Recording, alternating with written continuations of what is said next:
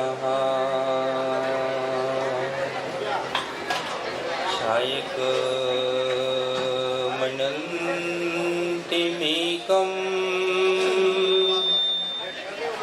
त्रिकालसरिवार्तयुधपदो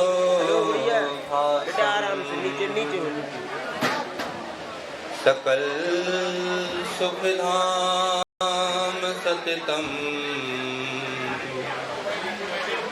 वन्देऽहं केवलज्ञानम्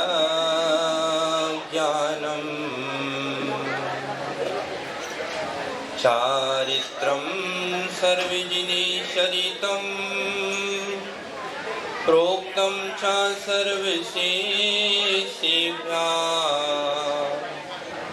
प्रणमामि पञ्चभेदम् पंचम चारित्रे लाभाय पर्णमोकारम् अरिहन्ताणं तहि विसीधाडम् हरिरियुवत्सायाडम् लोयमिया सव्यसाहूडम्।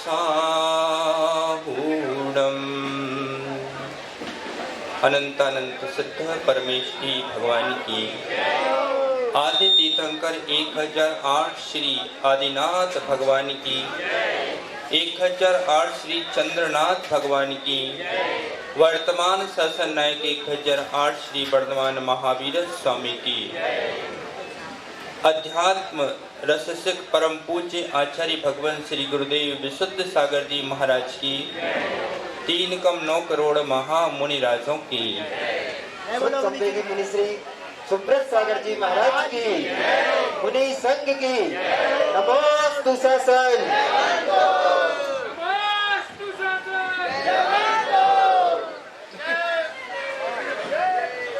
पुण्यक्षुक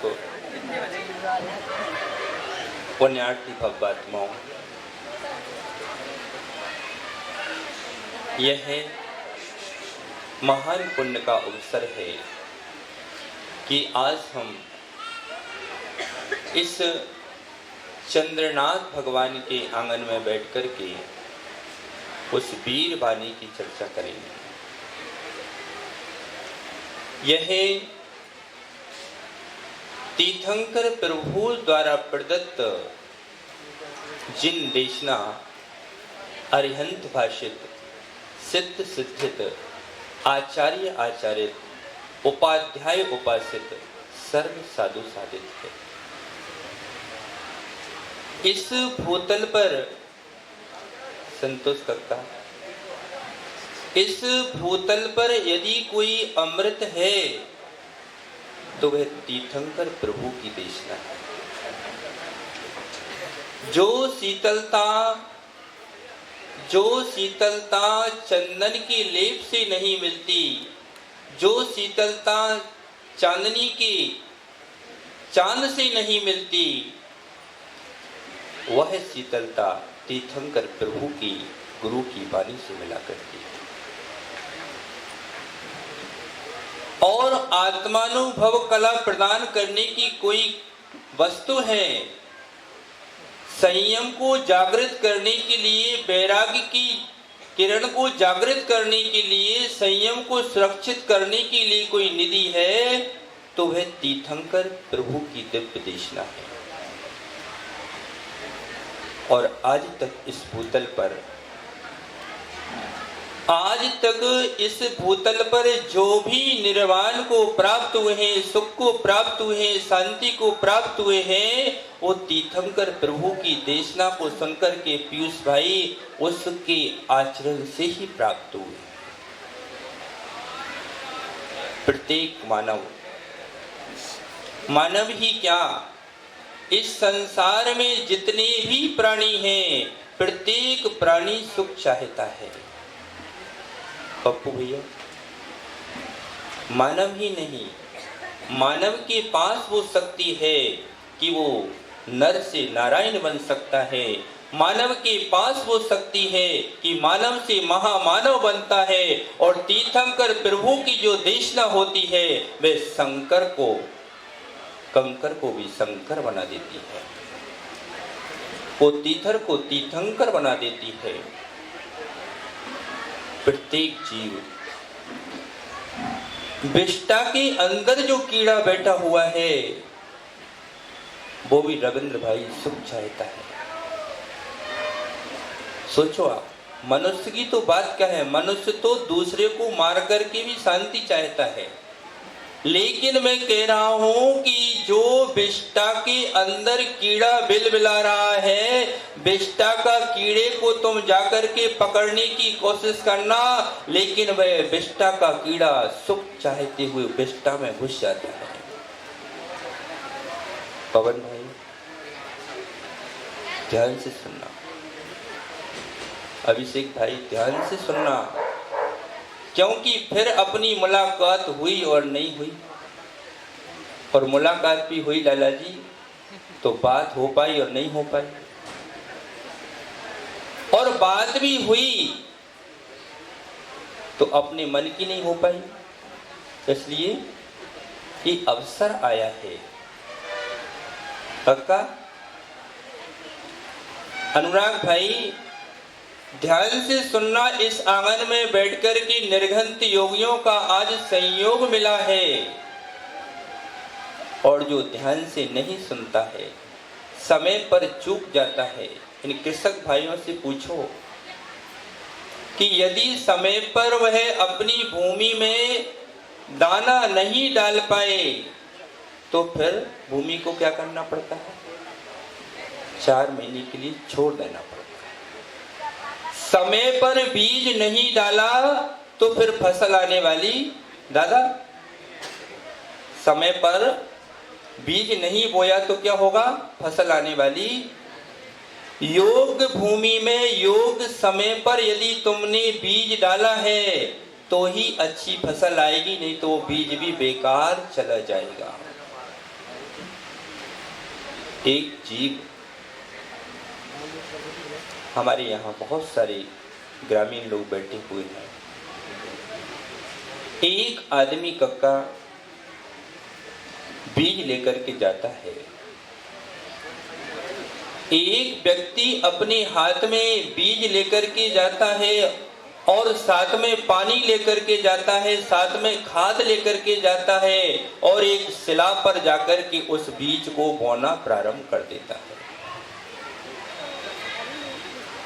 पप्पू भैया, शिला पर जाकर के एक आदमी बीज को डालता है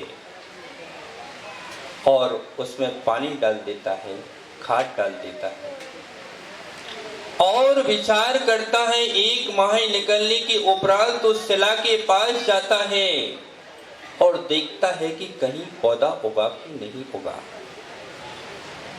मेरा एक प्रश्न है आप लोगों से कि वहां पर क्या पौधा उगेगा? क्या पौधा उगेगा वहां पर पीयूष भाई? क्योंकि गलत स्थान पर तुमने अपने बीज को डाला है।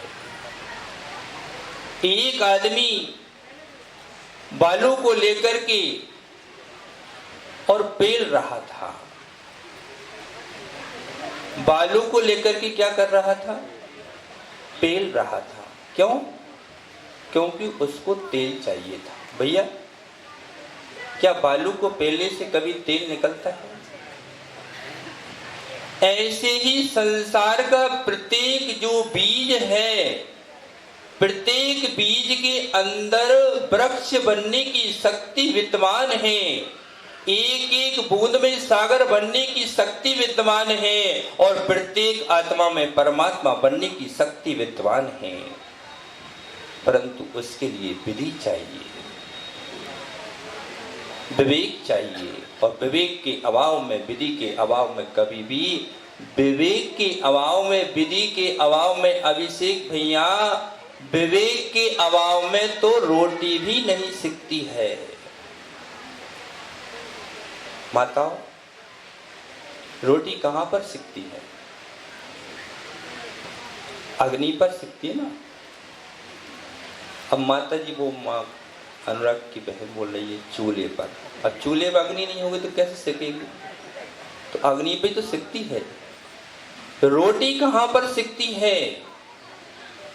यदि विवेक नहीं है तो उसी अग्नि में रोटी जल भी जाती है। रोटी कहां जलती है?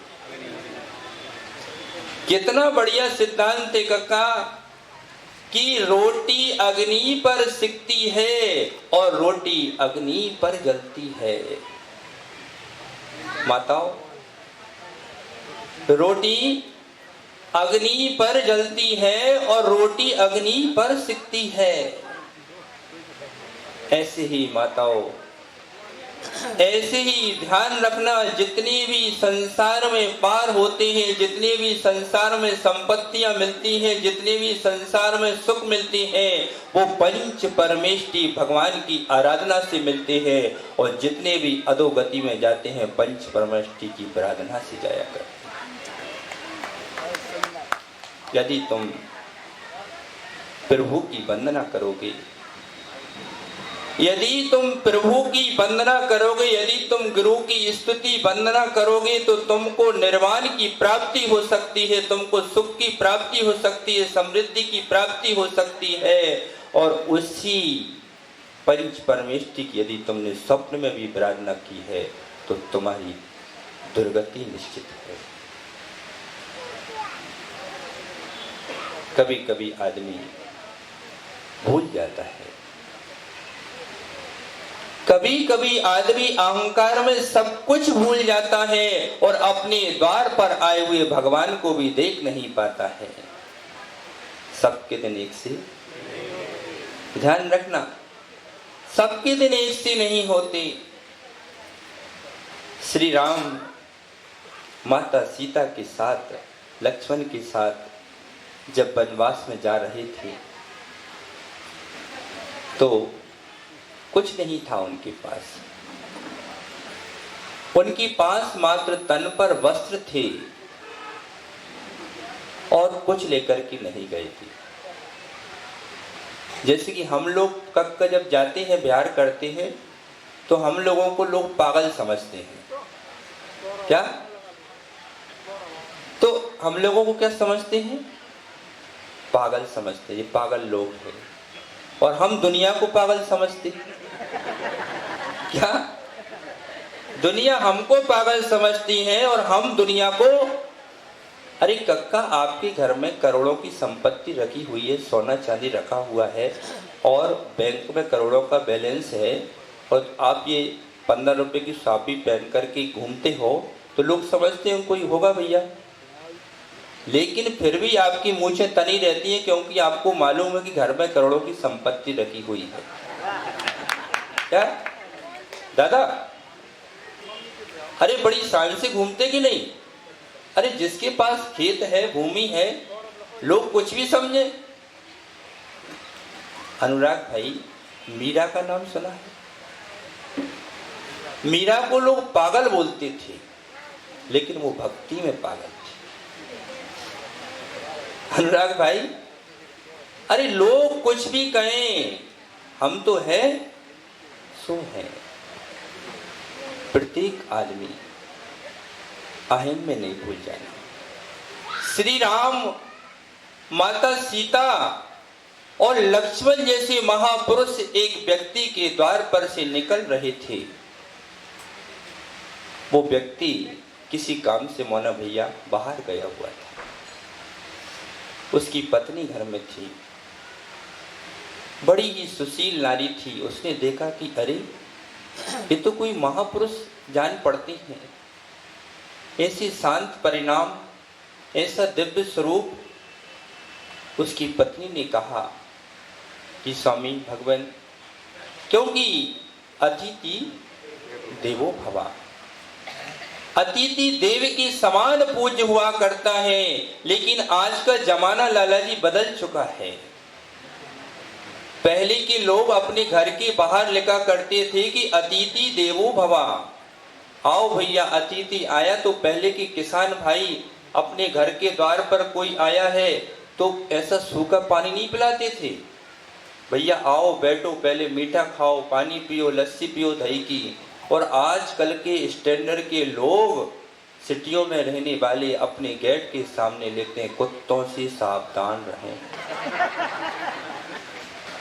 अब बताओ अनुराग भाई, अब जिस घर के सामने लिखा है कुत्तों से सावधान रहें, तो भैया विचार करना पड़ेगा इसमें कुत्ते रहते हैं कि इंसान रहते हैं?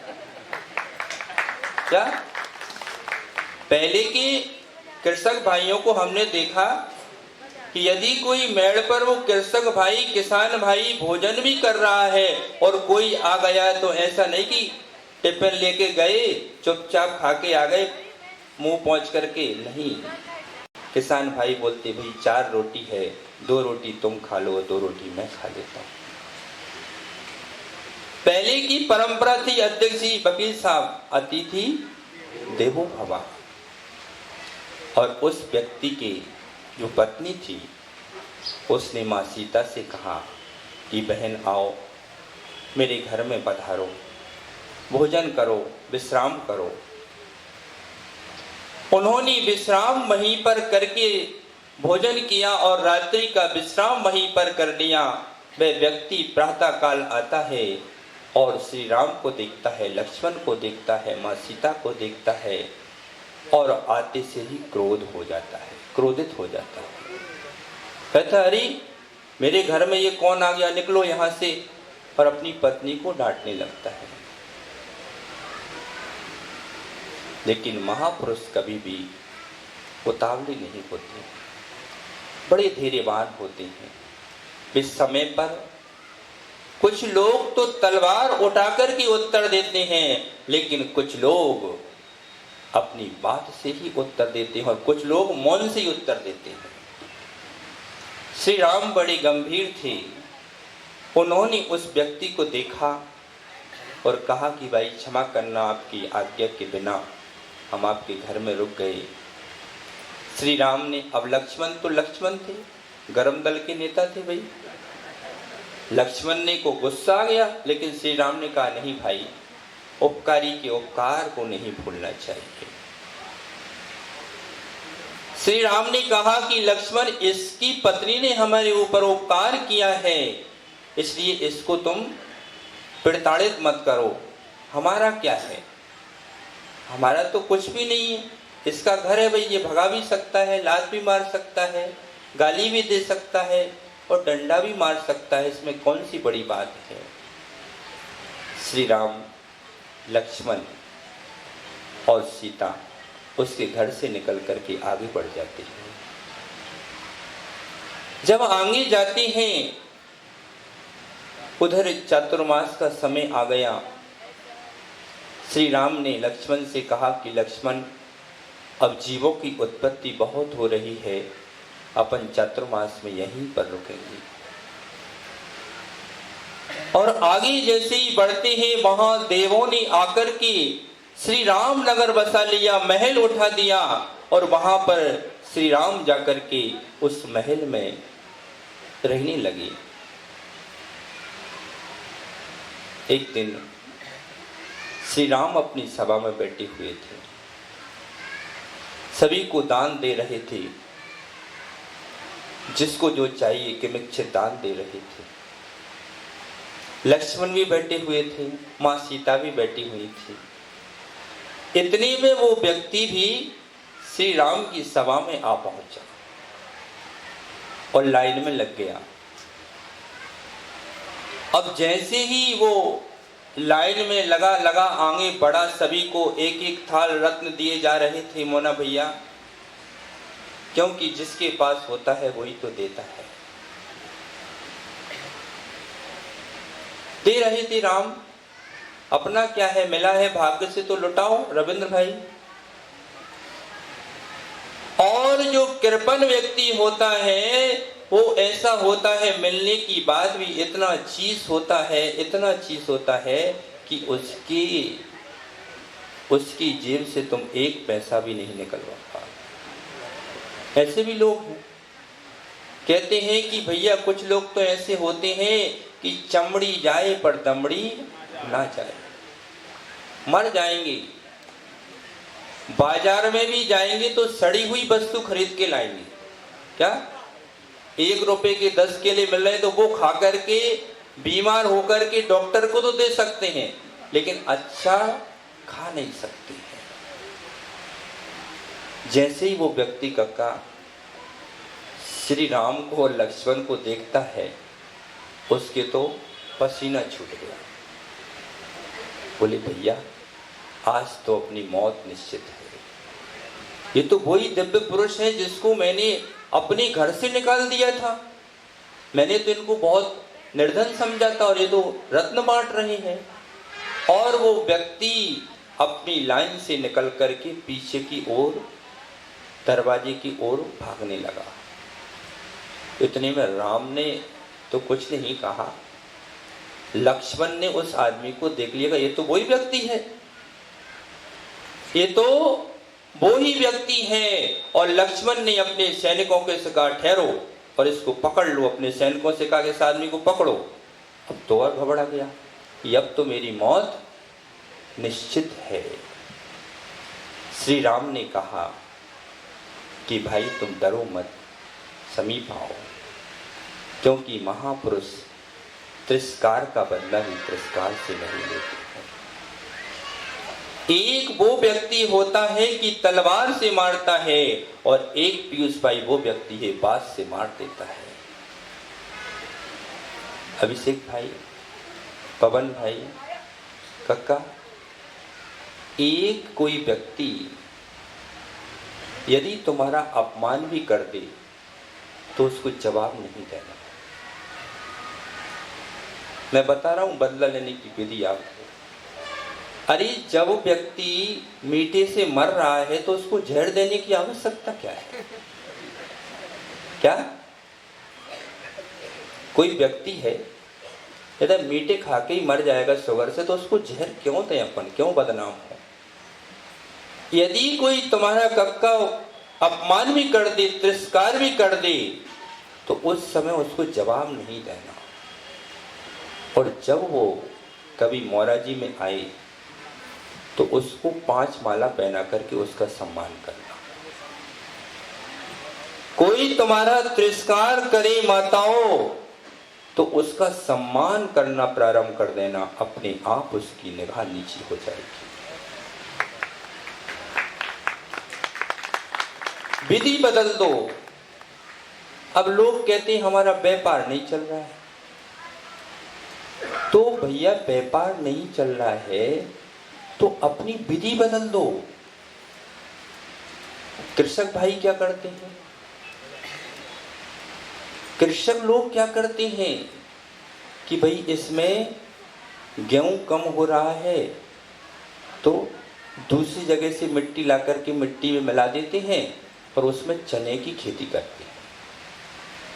ऐसे ही माताओं तुम अपनी विधि बदल दो। यदि सासू तुमसे लड़ती है, सासू तुमको कुछ गलत कहती है, अपशब्द बोलती है, तो तुम उनको अपशब्दों से अपमानित मत करो, उनसे तुमको झुकवाना है।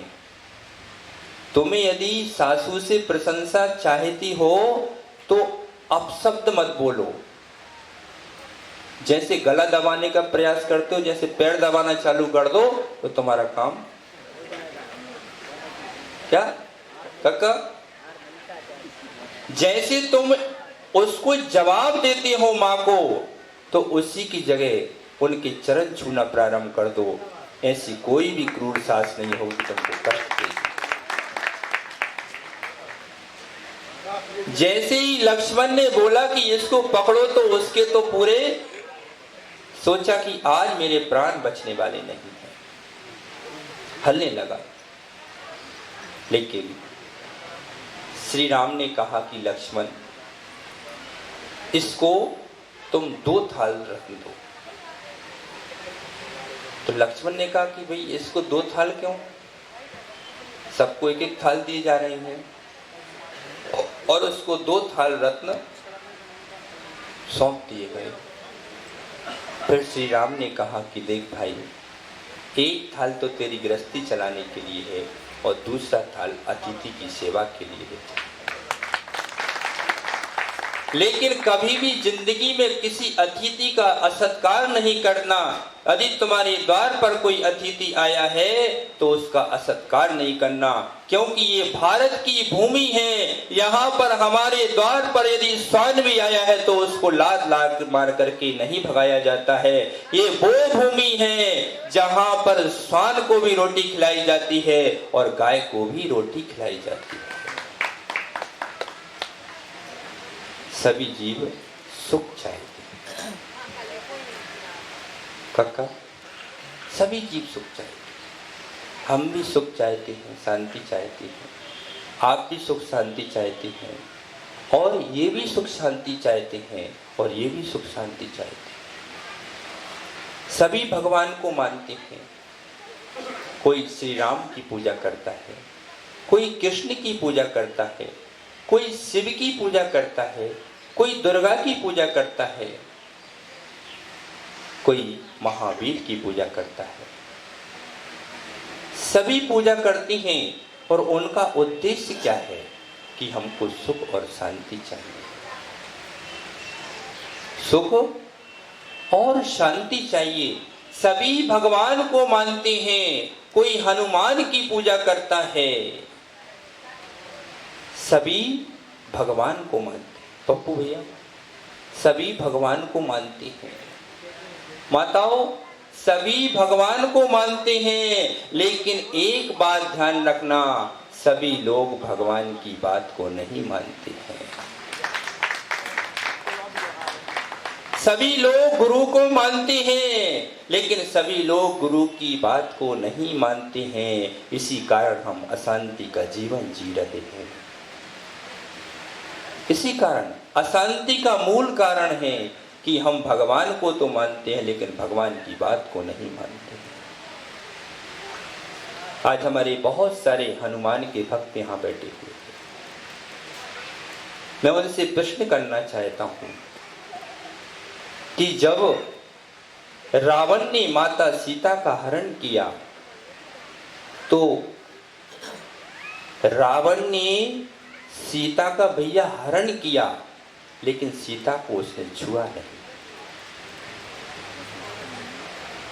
जब रावण ने एक मां सीता का पतिव्रता नारी का हरण किया तो लक्ष्मण ने उनकी लंका में जाकर के आग लगा दी।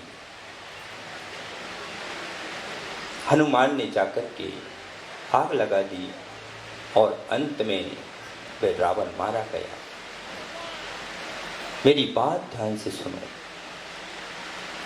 जब हनुमान ने एक मां सीता पर कुदृष्टि डालने वाले रावण की लंका में आग लगा दी, और तुमने कितनी सीताओं को देखा है, तुम्हारा क्या होगा? लोग रावण को जलाते हैं। यदि रावण यहां जिंदा होता तो अवश्य तुम लोगों से पूछता कक्का, वो एक बात अवश्य पूछता, क्योंकि जब फांसी लगाई जाती है तो जज भी बोलता है यदि कोई तुम्हारी अंतिम इच्छा हो तो मुझको बताओ। तो रावण यदि जिंदा होता तो वो कहता मेरी इच्छा है वो व्यक्ति मुझ में आग लगाए जिसने कभी किसी सीता पर कोई दृष्टि नहीं डाली हो। सभी लोग सुख चाहते हैं,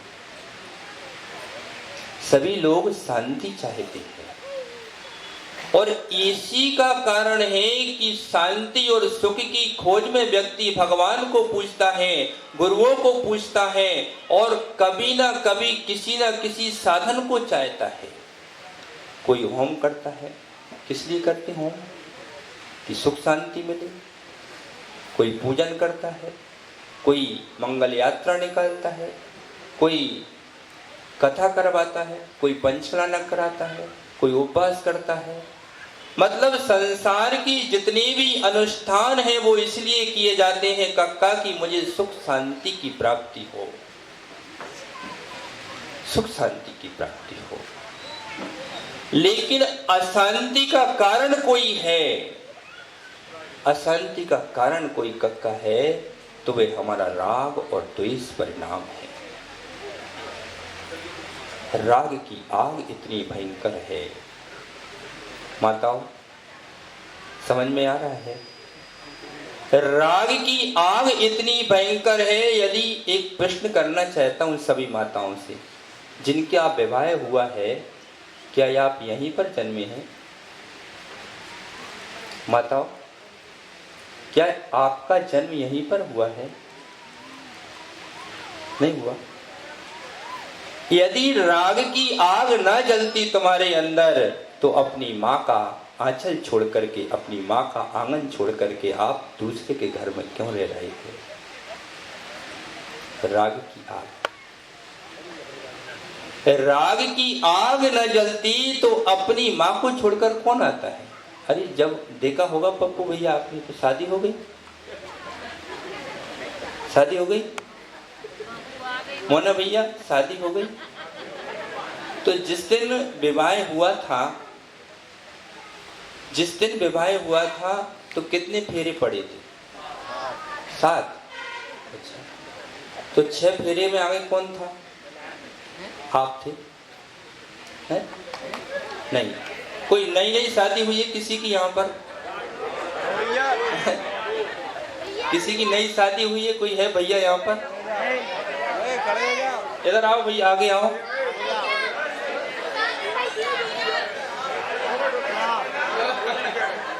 काका, आपकी शादी हो गई, कितने फेरे पड़े थे?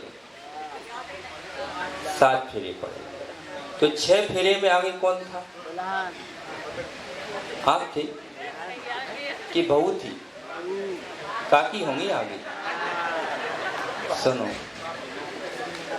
किसकी कोई नहीं आया अभी तक? अरे भाई कोई तो आओ आगे, जिसकी नई नई शादी हुई हो। आओ भाई सोनल।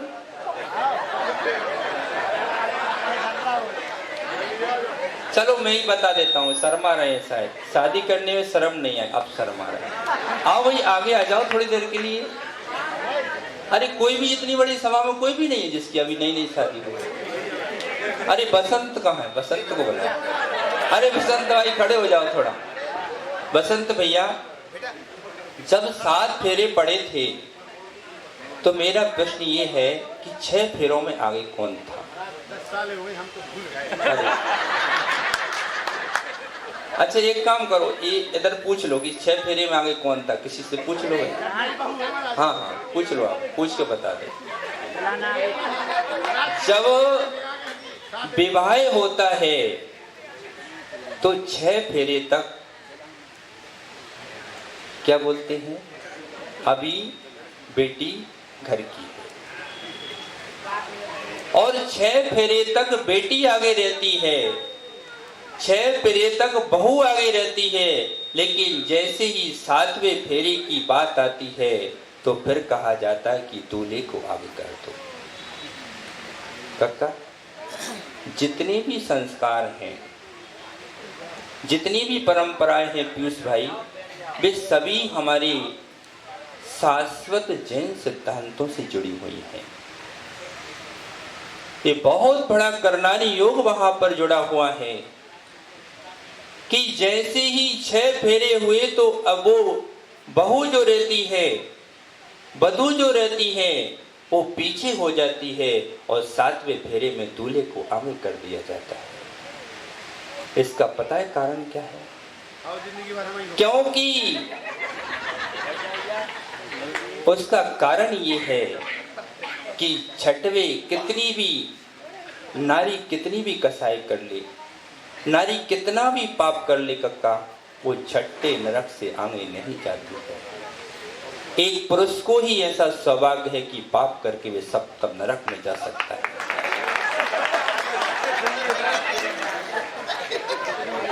इतना बलिष्ठ पाप जो कम में सूरा से धम में सूरा, इतना रविंद्र भाई, इतना बलिष्ठ पाप एक पुरुष ही कर सकता है कि वह सप्तम नरक में जा सकता है। इसलिए वो बधू कह दी, भैया तू ही जा 7वें नरक में, हमें।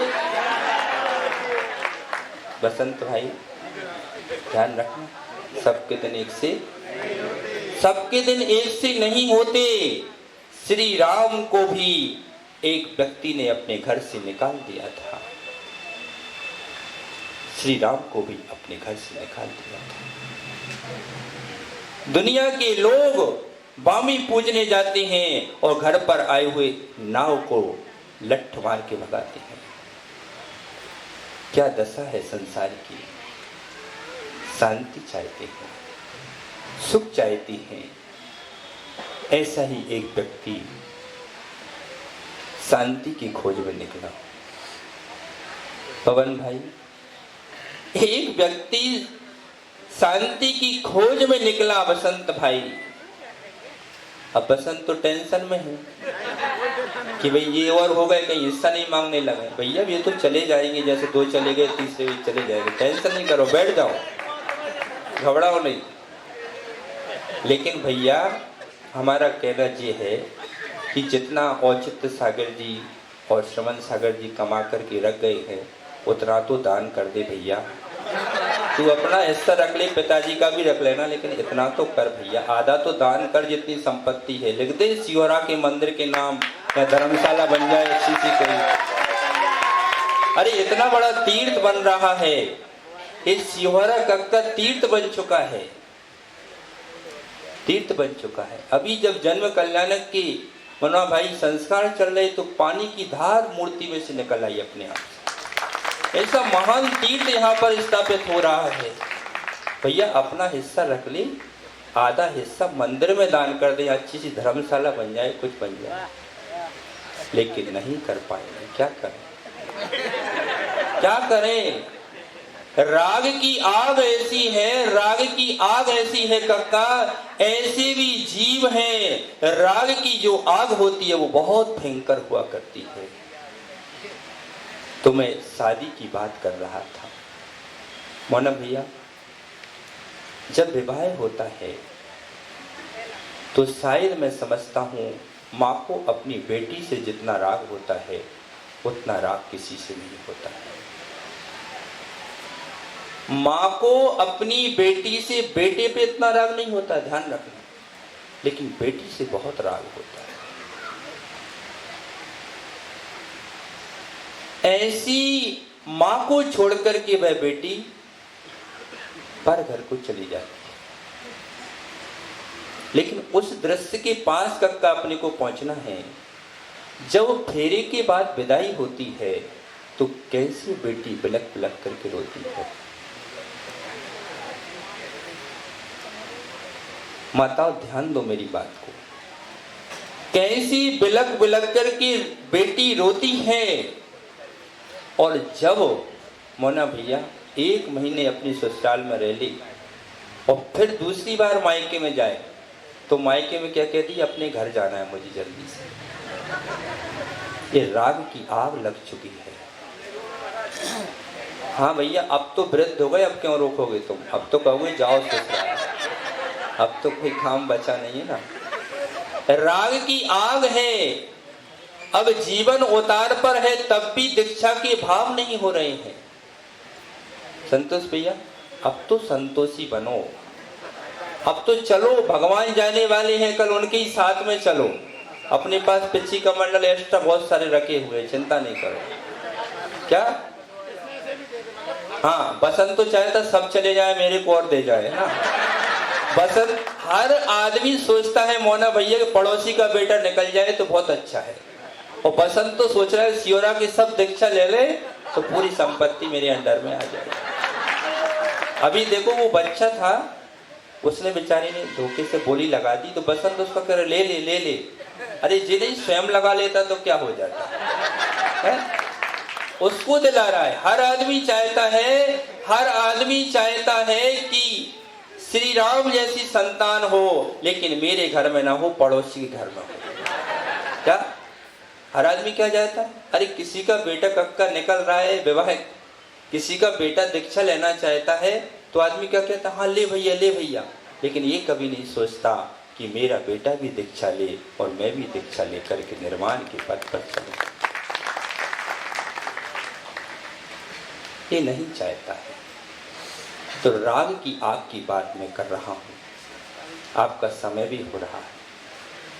राग की जितने भी इस संसार में अनर्थ हुए हैं, जितने भी संसार में अनर्थ हो रहे हैं और जितने भी कक्का भविष्य में अनर्थ होंगे वे राग और द्वेष के कारण होंगे। अपनों से राग और दूसरों से द्वेष ही हमारे संसार का कारण है। अपनों से राग। बसंत भाई विचार कर रहे हैं कब रजिस्ट्री दे रहे हैं अध्यक्ष जी को लाके। कहाँ है? अरे अपनी वो होंगे ना या कोषाध्यक्ष जी शिवहरा की। भैया एक बड़ी सी तिजोरी बनवा लो, 10-20 करोड़ का माल है, तैयार हो जाओ लेने के लिए। क्या अब पीछे रविंद्र भाई सोच रहे हैं कहीं धोखे में बोल नहीं दे दान देना है। अरे ऐसा नहीं देगा, आज्ञाकारी बेटा है, समझ करके आपसे पूछ करके दान करेगा, चिंता नहीं करो। तो उधर राग की चर्चा चल रही है। राग की कक्का परिणति आप देखोगे। राग की परिणति, यदि राग की परिणति आपको देखना है तो आज अपने घर में जाकर के सभी लोग अपने अपने घर में जाकर के हर कोने को देखना, हर कोने को देखना कि कौन से कोने में कौन सी वस्तु रखी है। यदि राग ना होता तो वस्तु वहां क्यों रखी है।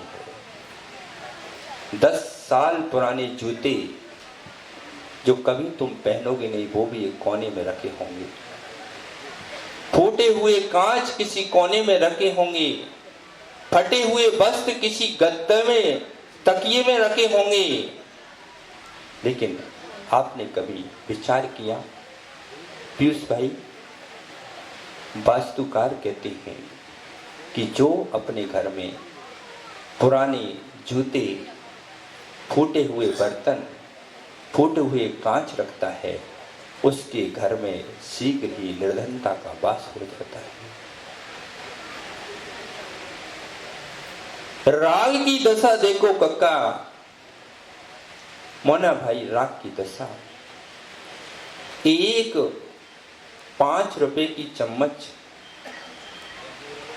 एक 5 रुपए की चम्मच बाजार से खरीद करके लाए, उसका उपयोग किया। उपयोग करने के बाद भैया वो चम्मच किस्मत से टूट गई। संतोष भाई राग की अवस्था देखो आप। वो 5 रुपए की चम्मच टूट गई, इतने बड़े सेठ हैं, परंतु वो चम्मच बाहर किसी गरीब को नहीं दे पाए।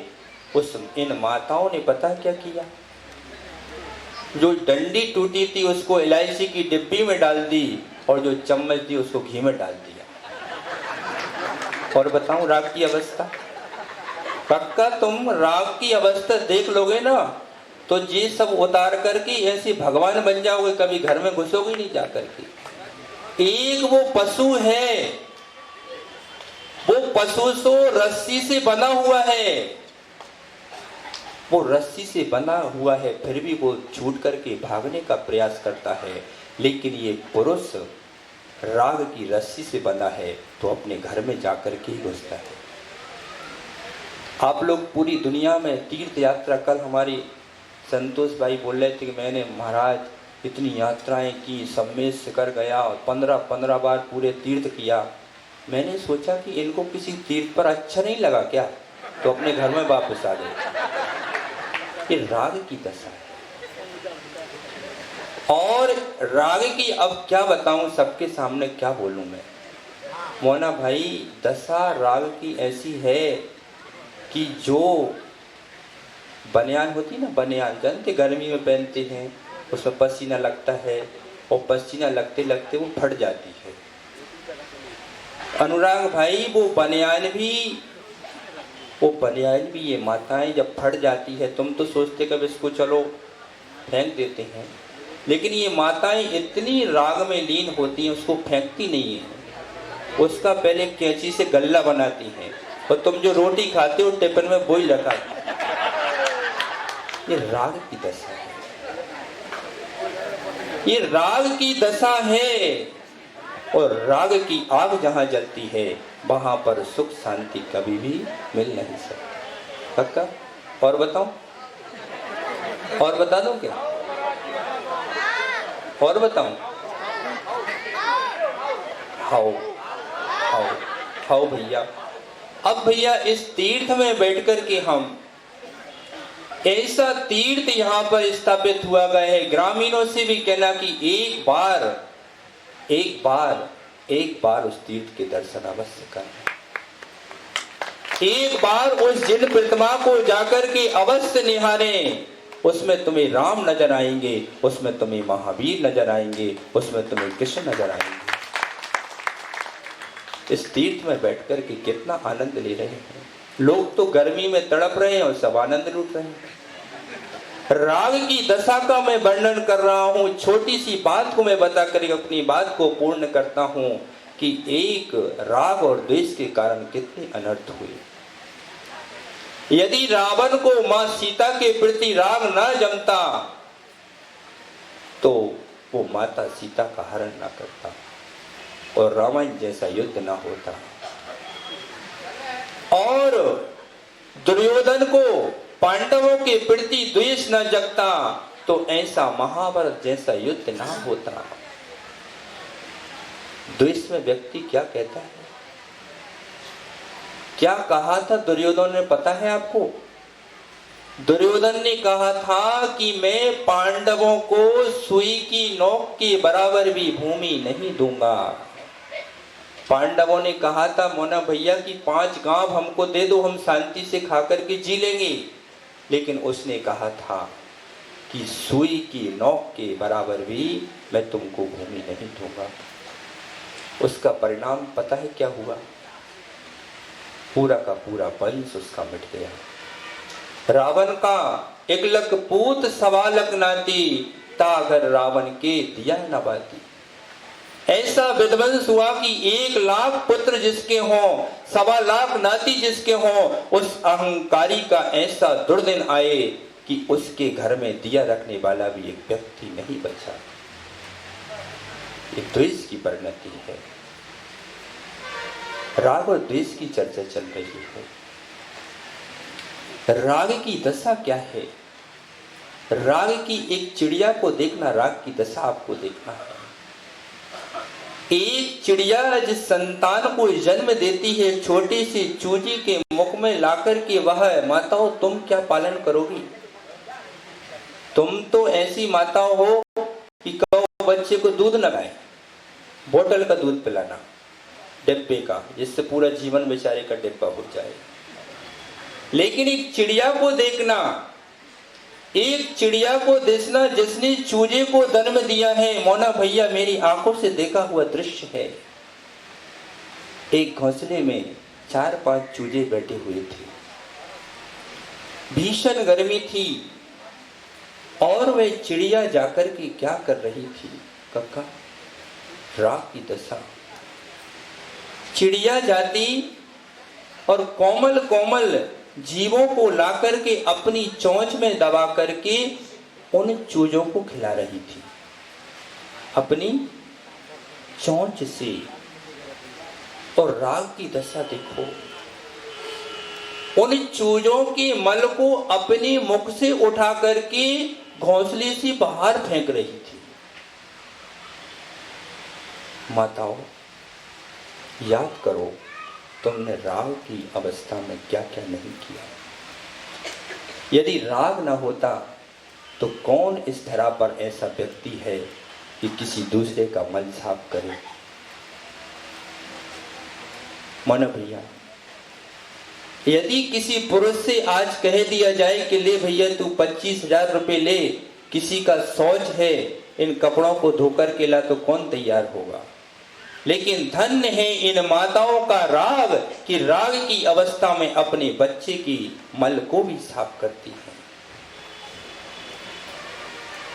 मल को भी साफ करती है, क्योंकि राग की पुष्टि चल रही है। राग की पुष्टि चल रही है।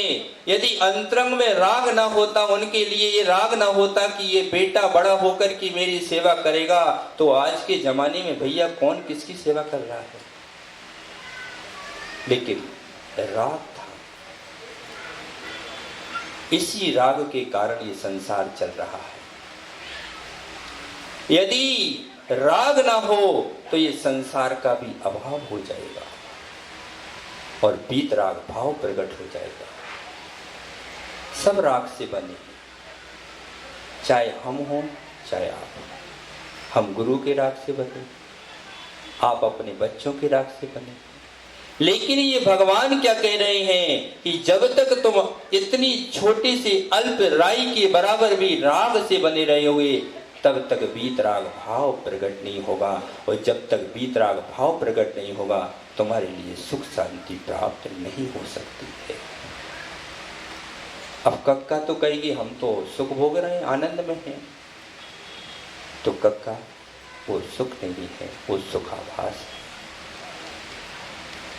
एक व्यक्ति है, उसको खुजली हो गई, अब वो खुजा करके सुख मान रहा है। क्या वो सुख है गांव वालों? क्या वो सुख है? वो सुख नहीं है, वो मात्र सुखाभास है। आचार्य भगवान कहते हैं कि तुम्हारे लिए सुख चाहिए, शांति चाहिए, तो सुख वही है जिसके पश्चात दुख ना भरा हो। एक राजचंद्र जी हुए, आपने शायद नाम सुना हो, राजचंद्र, श्रीमद रायचंद्र। गुजरात में उनका आश्रम है। उन्होंने लिखा कि वह सुख सदा ही त्याज रे पश्चात जिसके दुख भरा। वह सुख सदा ही त्याज रे पश्चात जिसके दुख भरा। वकील साहब, वह सुख सदा ही त्याज रे पश्चात जिसके दुख भरा। नीलेश भाई, हमको लगता है कि हमने जो गृहस्थी का जाल फैलाया है उसमें सुख होगा। हमको लगता है कि हमने जो गृहस्थी बनाई है, हमने जो विवाह किया है, संतान की उत्पत्ति की है, संपत्ति को जोड़ा है, लेकिन क्षणिक सुख है। क्षणिक सुख कब तक सुख है? जब किसी को संतान की उत्पत्ति नहीं होती है तो कितने सारे उपाय करता है कि मुझको संतान हो जाए। एक व्यक्ति इसलिए परेशान है कि उसका विवाह नहीं हो रहा है, और एक व्यक्ति इसलिए परेशान है कि वो विवाह करके पत्नी से ही परेशान हो रहा है। एक व्यक्ति चाहता है कि मुझको संतान हो जाए, एक व्यक्ति संतान से परेशान है क्योंकि उसकी संतान शराब पी करके उसको लात मारती है। संतान का सुख कब तक है? संतान जब बड़ी हो जाती है, संतान का सुख, यदि संतान सेवा करती है तो सुख है, और वही संतान यदि तुम्हें घर से निकाल देगी तो दुख प्रारंभ हो जाता है। राग की पुष्टि चल रही है। जब तक कक्का राग की पुष्टि चलता है तब तक तो आदमी बहुत अच्छा लगता है। और जैसे कि कोई तुमको ब्याज दे रहा है तो वो व्यक्ति तुमको कितना अच्छा लगता है? सही बताना, अच्छा लगता है कि नहीं? और वही व्यक्ति पैसा देने से मना कर दे तो क्या हो जाता है? द्वेष खड़ा हो जाता है। प्रत्येक जीव सुख चाहता है, प्रत्येक जीव शांति चाहता है। ऐसे ही एक प्राणी, एक मनुष्य शांति की प्यास में निकला। अनेक उपाय किए उसने, अनेक प्रकार के उपाय, हवन किया, जाप किया, भगवान की आराधना की, बहुत सारे उपाय किए, लेकिन उसको शांति नहीं मिली, क्योंकि उसको सच्ची शांति का उपाय मालूम नहीं था। जैसे कस्तूरी की दशा होती है। कस्तूरी कहाँ होती है? नाभि में हुआ करती है, और वो जगह जगह ढूंढता है, कहीं पर मिल जाए, खुशबू मिल जाए, क्योंकि अंदर है, वो बाहर शांति है नहीं। शांति तो अंदर की वस्तु है। ऐसे एक मानव शांति की खोज में निकला, दर दर पर जाता रहा, अनेक धर्मों के धर्मानायु, धर्म धुरंधरों के पास गया, लेकिन उसको शांति नहीं मिली। किसी ने उसको बता दिया कि भैया उस तालाब में जाओ, वहां तुमको शांति मिलेगी। वो तालाब के पास जाता है, जैसे ही तालाब में पैर रखता है वहां पर एक मछली घूम रही थी। तो मछली ने कहा, भाई तुम यहां कैसे? तो मानव ने कहा कि मुझको शांति चाहिए। तो मछली भी बड़ी तात्विक थी। उसने कहा, भैया तुम यहां कहां शांति खोजने आए हो? मुझको तो बहुत भयंकर प्यास लगी हुई है। अब वो कैसी मछली है कि पानी में तैर रही है, पानी के अंदर रह रही है, 24 घंटे पानी के अंदर है और कह रही है प्यास लगी है। जैसे पानी के अंदर रह कर के वो मीन प्यासी है, वैसे ही इंसान के अंदर शांति 24 घंटे भगवत सत्ता से संपन्न है यह, और दर की भीख मांगते फिर रहा है। अरे जो भी भगवान बने हैं वो मनुष्य ही तो थे, और हमारे अंदर भी वे भगवत सत्ता विराजमान है। हमारे अंदर भगवान बनने की शक्ति विराजमान है। हम भी अपने पुरुषार्थ से भगवान बन सकते हैं, लेकिन हम दर दर में भीख मांगते फिर रहे हैं। उस आदमी को जैसे ही मछली ने कहा कि मुझे प्यास लगी है, उस आदमी ने कहा कि पागल है तू, पानी के अंदर रह करके और कह रही है प्यास लगी है, पी ले पानी। तो उस मछली ने उत्तर दिया कि रे मानव, तू कहाँ मूर्खता में भटक रहा है? तेरे अंदर ही शांति है, तेरे अंदर ही सुख है, तू कहाँ दुनिया की चीजों में भटक रहा है? तीर्थंकर प्रभु का आज जन्म हो चुका है। तीर्थंकर भगवान का जन्म हो चुका है। उन्होंने इतनी बड़ी वैभव के स्वामी त्रिलोकपति बनकर के सब सुख देख लिया, और फिर उन्होंने जाकर के विदुर के समान काम किया। सबको विदुर से शिक्षा लेना चाहिए।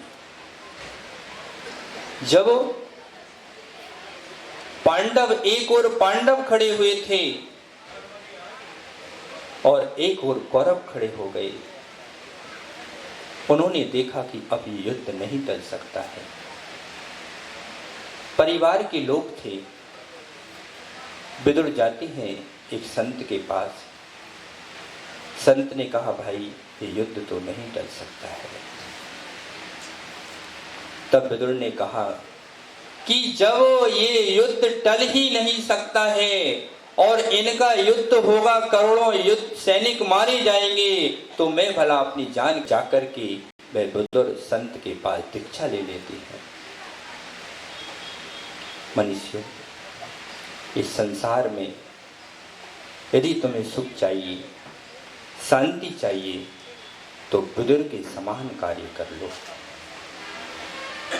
भगवान आदिश्वर स्वामी ऋषभ देव ने जन्म लेकर के सब कुछ राजपाट किया, सब कुछ किया, लेकिन उन्होंने देखा कि ये सब निस्सार है, इसमें कुछ भी सार, संसार में कुछ भी सार। लेकिन रविंद्र भाई तो लगता है कि ससुराल ही सुख की सार है। क्या? क्योंकि ससुराल में टीका भी होता है और मीठा भी मिलता है। तो जब तक ससुराल में सार नजर आ रहा है, जब तक ससुराल में सुख नजर आ रहा है, तब तक सुख शांति मिलने वाली नहीं है। इसलिए सार की बात समझ लो। अनेक प्रकार के धर्म हैं, अनेक प्रकार के अनुयायी हैं, अनेक प्रकार के शास्त्र हैं, अनेक प्रकार की विद्याएं हैं। इतना समझ लो कक्का कि आत्मा का स्वभाव प्रभावों से अत्यंत भिन्न है। कक्का, ये बताओ कि ये देवाल तुमसे भिन्न है कि नहीं है? ये पप्पू भाई तुमसे भिन्न है कि नहीं है? तुम्हारी काकी तुमसे भिन्न है कि नहीं है? तुम्हारा शरीर तुमसे भिन्न है कि नहीं है? बस अब कुछ सुनने की आवश्यकता नहीं है। जिस तत्व प्रेमी को ये बात समझ में आ गई कि ये शरीर भी मेरा नहीं है, ये शरीर भी जैसे पड़ोसी का बेटा मुझसे भिन्न है, वैसे ही तुम्हारा बेटा भी तुमसे भिन्न है, और जैसे दीवाल भिन्न है और ये शरीर भी तुमसे भिन्न है। ये बात जिसको समझ में आ गई, समझ लो उसका मोक्ष मार्ग प्रारंभ हो चुका है। इतना भेद विज्ञान यदि तुम्हारे अंदर है तो भले ही इस भव में न सही, अगले भव में न सही, 1000 भव बाद भी तुम्हारा कल्याण निश्चित है। यदि एक बार तत्व समझ में आ गया, बसंत भाई का बड़ा नहीं, कभी भी पुण्य से ज्यादा किसी को कुछ मिलता नहीं है।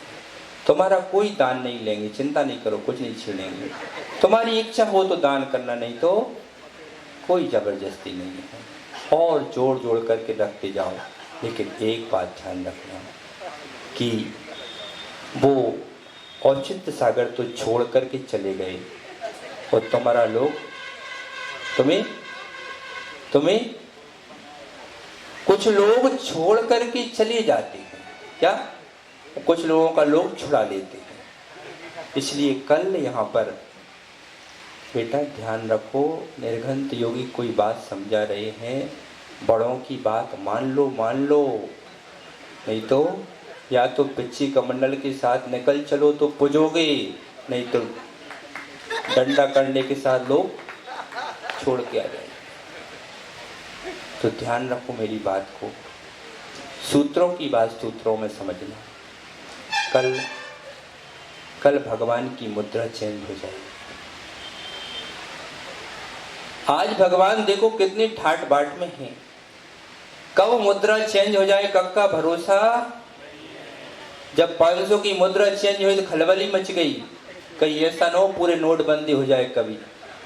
इसलिए मुद्रा कभी भी मुद्रा चेंज हो उसके पहले अपनी मुद्रा को चेंज कर लो और निकल पड़ो शांति की खोज में, शांति की प्राप्ति में। इन्हीं मंगल भावों के साथ परम पूज्य आचार्य भगवान श्री गुरुदेव विशुद्ध सागर जी महाराज की, पुण्य श्री सुब्रत सागर जी महाराज की बाहर से कुछ विशिष्ट जन